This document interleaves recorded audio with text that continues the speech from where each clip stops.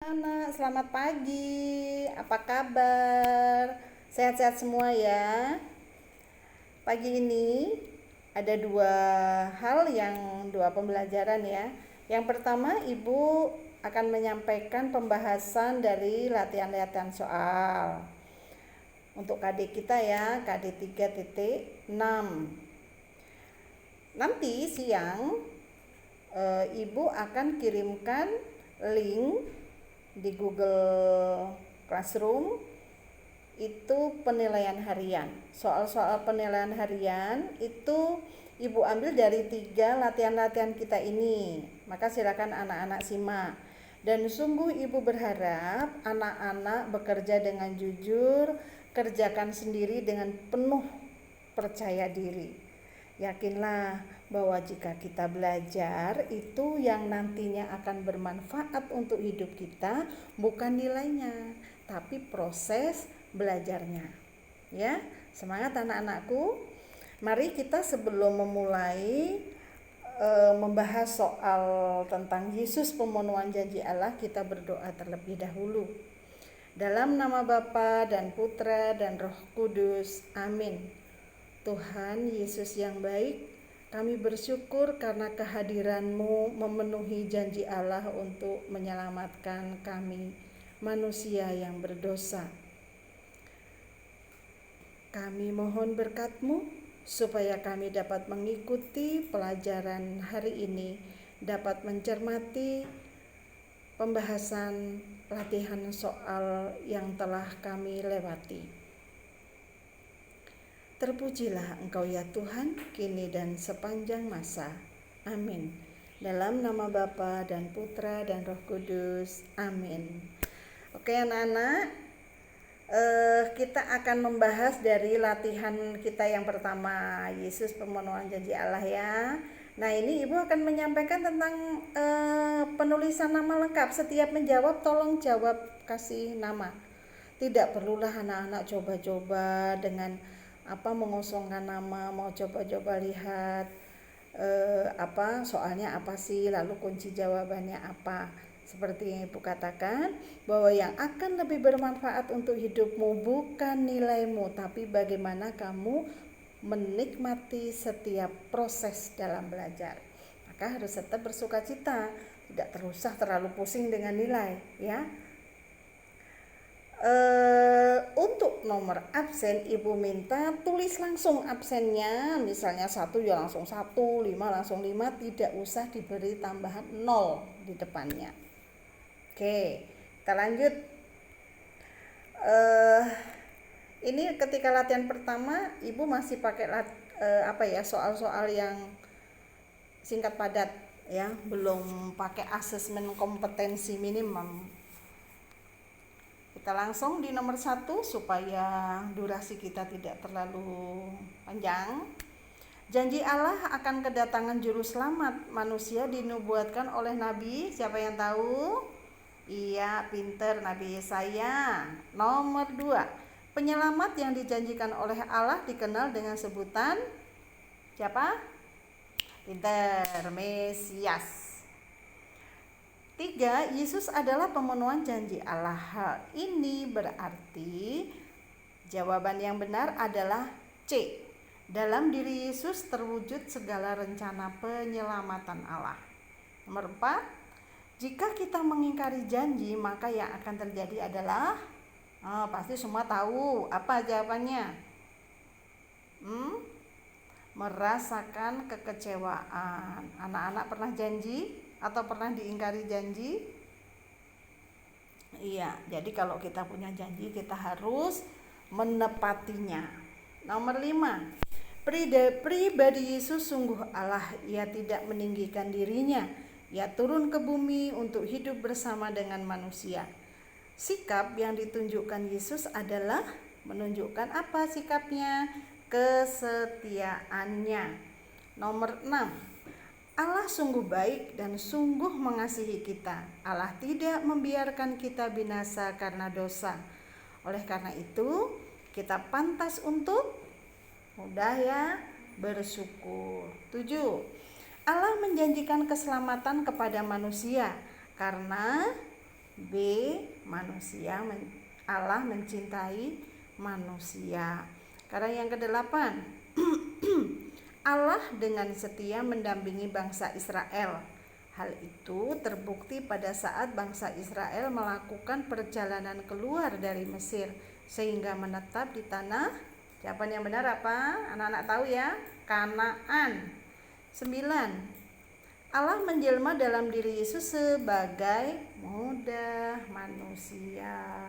10. Kata-kata Yesus menjelaskan apa yang diperbuatnya dan perbuatannya menguatkan siapa? Menguatkan iman para pengikutnya. 11. Allah menjanjikan juru selamat karena jawaban yang benar adalah karena Allah sangat mencintai manusia yang taat. 12. Maria mau menerima tugas perutusan sebagai ibu juru selamat meskipun ia belum menikah. Hal ini menunjukkan bahwa Maria taat pada Allah. 13. Pernyataan berikut arti manusia harus memiliki hidup dan semangat baru, kecuali berarti yang bukan jawaban yang benar. Kecuali adalah D. Manusia tekun dan rajin bekerja di rumah saja. 14.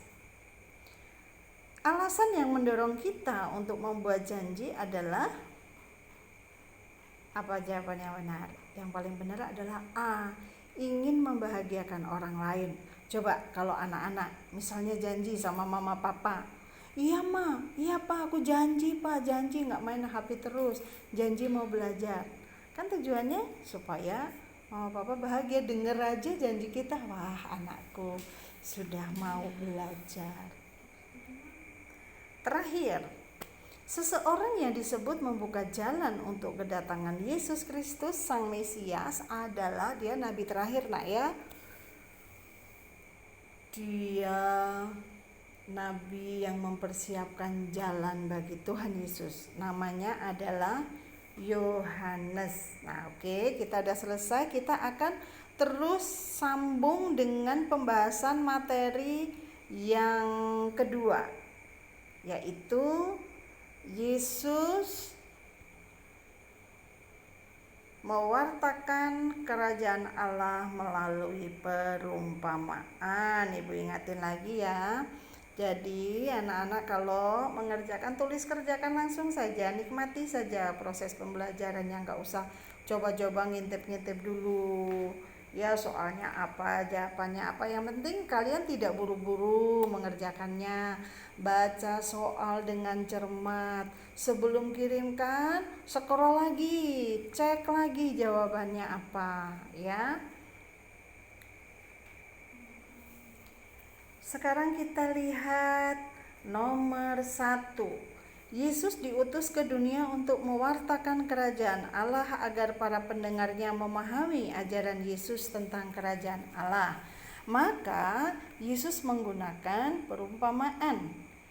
Perumpamaan yang dipakai Yesus bertujuan untuk menjelaskan tentang, ayo mudah kan, tadi udah dibahas tentang kerajaan Allah. D ya. 2.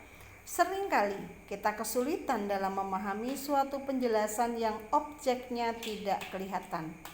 Oleh karena itu, seringkali muncul kisah-kisah atau cerita-cerita bahkan kiasan di dalam masyarakat kita. Demikian juga dengan Yesus saat harus menjelaskan kerajaan Allah yang sulit dimengerti. Yesus mengajar dengan menggunakan, jawaban yang benar adalah iya, pinter. B. Perumpamaan. 3. Kerajaan Allah berbeda dengan kerajaan dunia. Kerajaan dunia berupa istana, politik, ekonomi, perang, kekuasaan, tentara. Sedangkan kerajaan Allah merupakan suatu situasi tentang apa, titik-titik, kecuali. Nah, maka jawabannya adalah situasi yang bukan menunjukkan kerajaan Allah. Jawabannya yang mana? Iya, nomor 3 yang A. Nomor 4. Salah satu perumpamaan yang disampaikan Yesus adalah perumpamaan tentang seorang penabur. Matius bab 13 ayat 1 sampai 23. Kita diajak untuk menjadi tempat bertumbuh dan berkembangnya firman Allah. 5.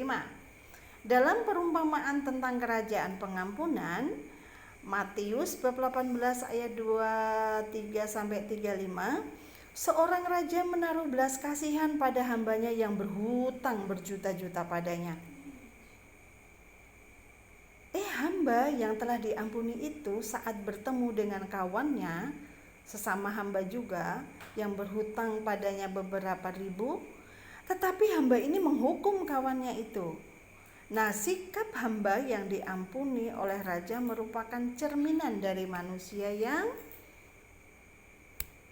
jawaban yang benar adalah A, yang tidak mau mengampuni sesamanya. Nah, sekarang kita tiba pada soal isian singkat. Nah, kalau soal isilah titik-titik itu isian singkat, maka anak-anak jawabnya cukup singkat. Cukup 1 atau 2 kata saja. Jangan panjang-panjang. Kalau panjang justru poinnya tidak penuh karena tidak sesuai dengan permintaan. Nomor 6, Yesus menjelaskan tentang kerajaan Allah dengan memakai jawabannya singkat, hanya 1 kata, perumpamaan. 7. Pewartaan Yesus berpusat pada pemakluman kerajaan Allah.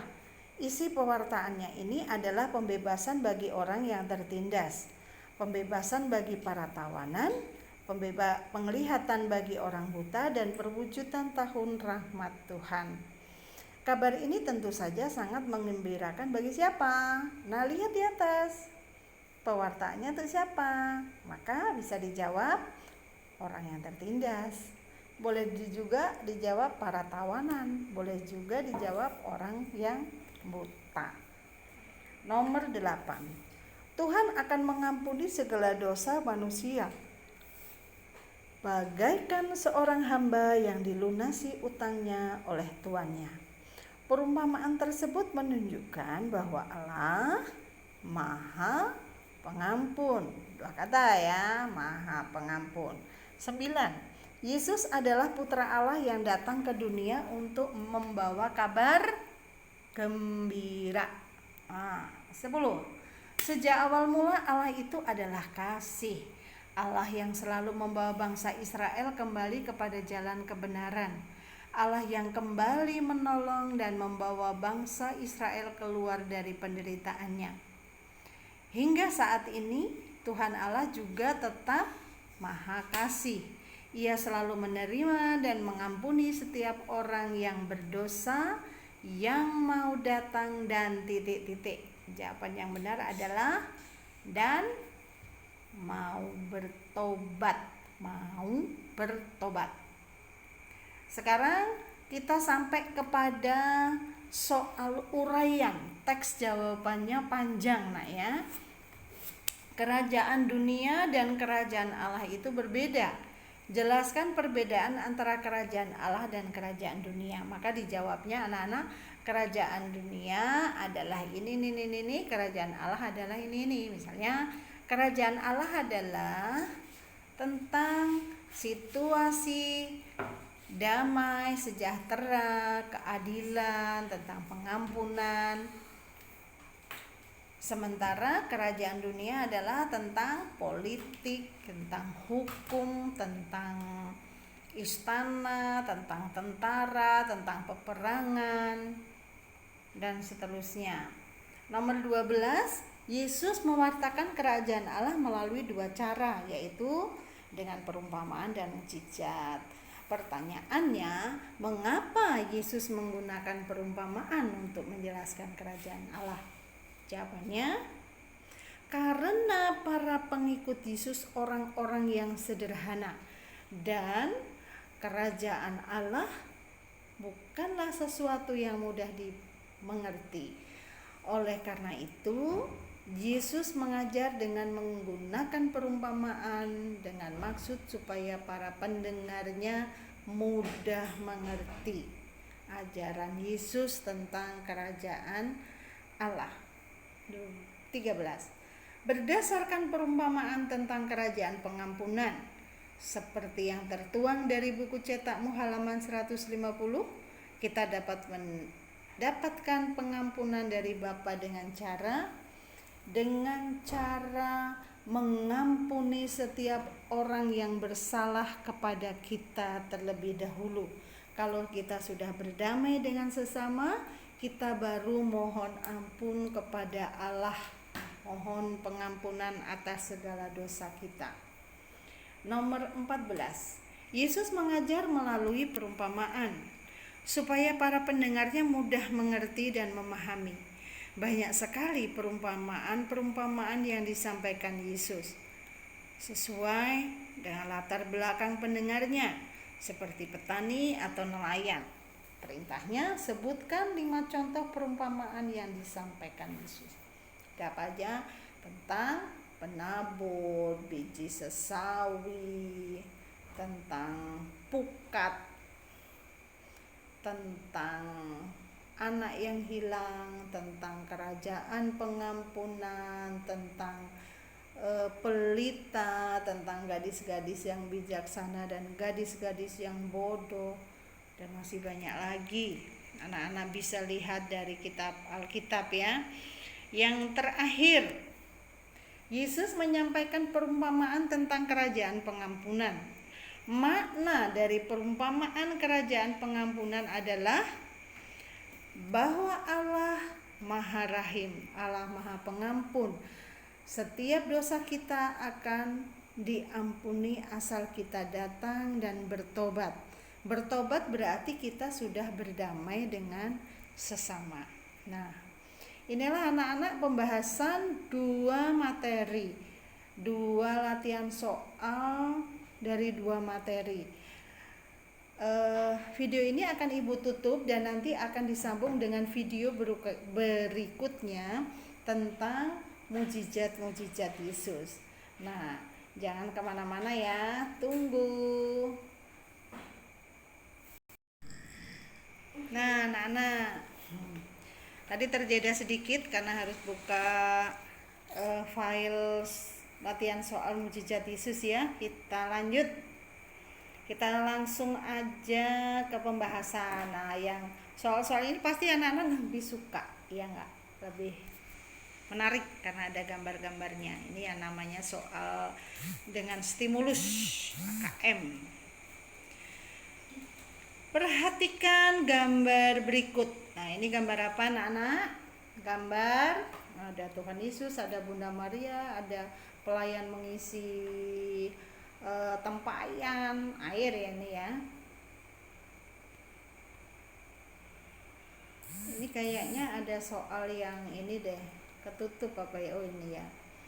Pada gambar tersebut mengisahkan peristiwa perkawinan di Kana. Ini adalah mujizat Yesus yang pertama.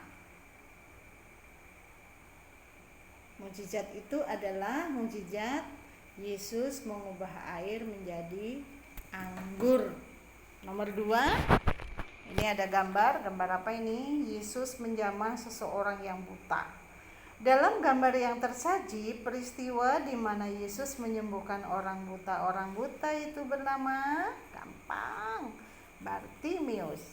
Manakah dari pernyataan berikut ini yang menunjukkan kepribadian Yesus?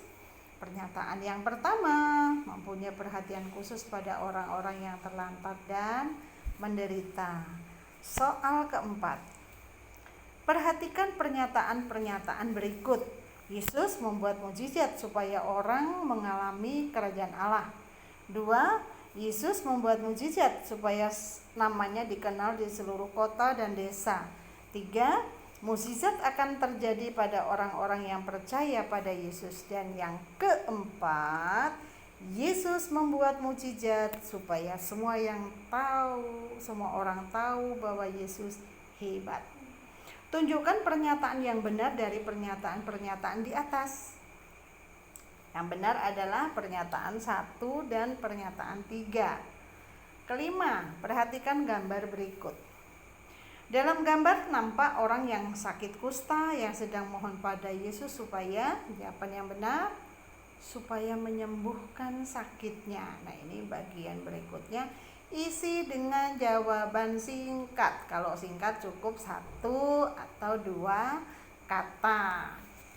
Bartimius disembuhkan oleh Yesus karena imannya. Iman Bartimius itu sangat tampak dari tekadnya untuk memanggil Yesus dengan suara nyaring, meskipun para murid melarangnya. Bartimius tetap berteriak, "Yesus, anak Daud, Jawabannya, "Kasihanilah aku." 7. Perhatikan gambar berikut. Nah, ini ada gambar cahaya, ada gambar makam kosong ya. Gambar ini merupakan mukjizat Yesus yang terbesar, yaitu bangkit dari kematian. 8. Perhatikan gambar berikut. Ini gambar Tuhan Yesus sedang mengajar orang banyak ya. Banyak orang yang ikuti Yesus sampai ke atas bukit, ke atas gunung. Gambar ini merupakan peristiwa saat Yesus mengajar dan banyak orang yang mendengarkan. Ketika sudah gelap, para murid diminta Yesus untuk memberi makan, tetapi hanya ada dua ikan dan 5 roti. Nah, pertanyaannya, berapa orang yang diberi makan oleh Yesus? 5.000 orang. 5.000 orang dikasih makan dari 5 roti dan 2 ikan. Ada lagunya yang 5 roti dan 2 ikan itu ya. Oke, nomor 9. Yesus seorang anak tukang kayu, orang yang sangat sederhana. Ia adalah putra Allah yang menjadi manusia. Dengan kuasanya itu banyak perbuatan-perbuatan ajaib yang dikerjakannya. Perbuatan ajaib yang dikerjakan Yesus itu disebut dengan istilah mukjizat. Pintar. Perhatikan percakapan Yesus dengan Bartimius. Yesus, "Apa yang kau kehendaki supaya aku perbuat bagimu?" Bartimius jawab, "Rabuni, supaya aku dapat melihat." Lalu Yesus menjawab, "Pergilah, imanmu telah menyelamatkan engkau." Dari percakapan antara Yesus dan Bartimius kita tahu bahwa menurut Yesus yang menyelamatkan Bartimius adalah imannya. 11. Yesus pergi mengajar dan melakukan banyak perbuatan ajaib. Ia juga menghibur dan memberi perhatian khusus pada mereka yang menderita.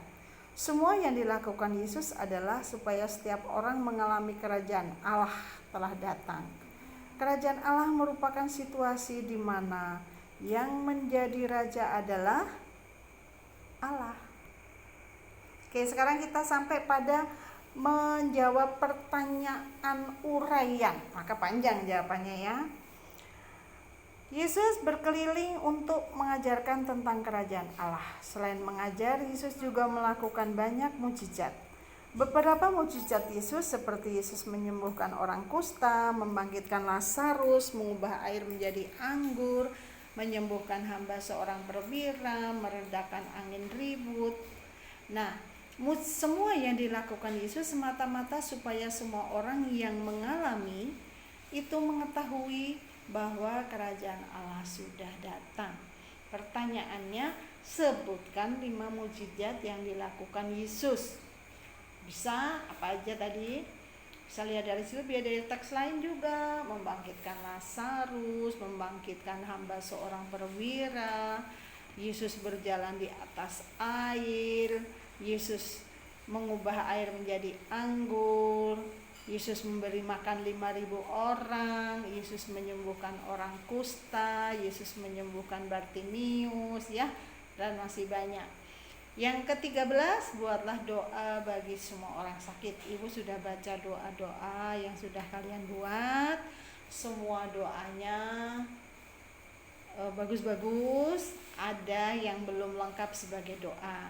Nah, dalam kita berdoa, yang pertama-tama kita lakukan adalah menyapa Allah dulu. menyapa Tuhan dulu, mengucap syukur dulu, baru menyampaikan permohonan kesembuhan bagi orang yang sakit. Dan kalau anak Katolik, ketika ibu minta untuk buat doa, jangan lupa tulis dalam nama Bapa dan Putra dan Roh Kudus, amin ya. Karena tanda salib itu menjadi tanda kita Katolik ya, tanda kemenangan kita. Baik, kita sampai ke 14. Bagi orang beriman, mukjizat Tuhan masih terjadi hingga saat ini. Bagaimana kita bisa mengalami mukjizat? Apakah anak-anak di sini ada yang mengalami mukjizat?